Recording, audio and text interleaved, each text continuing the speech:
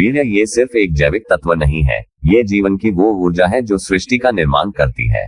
सदियों से योग और अध्यात्म इसे सबसे शक्तिशाली तत्व मानते आए हैं। एक ऐसी ऊर्जा जिसे अगर सही दिशा दी जाए तो इंसान खुद को जान सकता है, अपने भीतर के देवत्व को महसूस कर सकता है।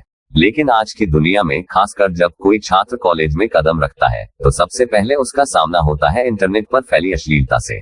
एक समय था जब इंसान अपनी शक्ति को साधता था, आज वही शक्ति मोबाइल स्क्रीन पर बहा दी जाती है।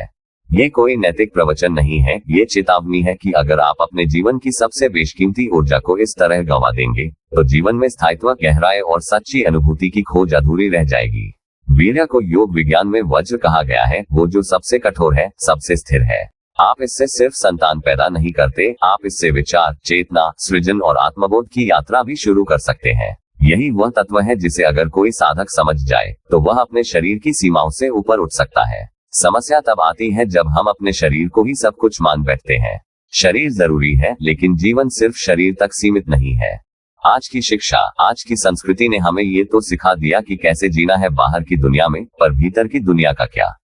वीर्य को संजोना, साधना और सृजन में लगाना, ये वही मार्ग है जो योगियों और ऋषियों ने अपनाया था। उन्होंने अपने भीतर ब्रह्मांड को खोजना शुरू किया, क्योंकि उन्होंने इस ऊर्जा को व्यर्थ नहीं किया। अगर आप सोचते हैं कि ये सिर्फ एक नैतिक बहस है, तो आप गलत हैं। यह विज्ञान है। आपके शरीर में वीर्य बनाने में जितनी ऊर्जा खर्च होती है, वह सामान्य कोशिकाओं से कहीं ज्यादा होती है। शरीर भी जानता है कि ये कितनी बेशकीमती चीज है, और अगर आप उस ऊर्जा को संभालना सीख जाएं, तो आप सिर्फ एक अच्छा इंसान नहीं, बल्कि एक शक्तिशाली और शांत चेतना बन सकते हैं। इसलिए सवाल सिर्फ इतना है, क्या आप तैयार हैं अपनी ऊर्जा को जानने, समझने और सही दिशा में मोड़ने के लिए, या फिर आप भी इस भीड़ का हिस्सा बनकर इस अमूल्य रत्न को यूं ही बहा देंगे। अगर आप जीवन को सिर्फ जीना नहीं, समझना और बदलना चाहते हैं, तो शुरुआत यहीं से हो सकती है।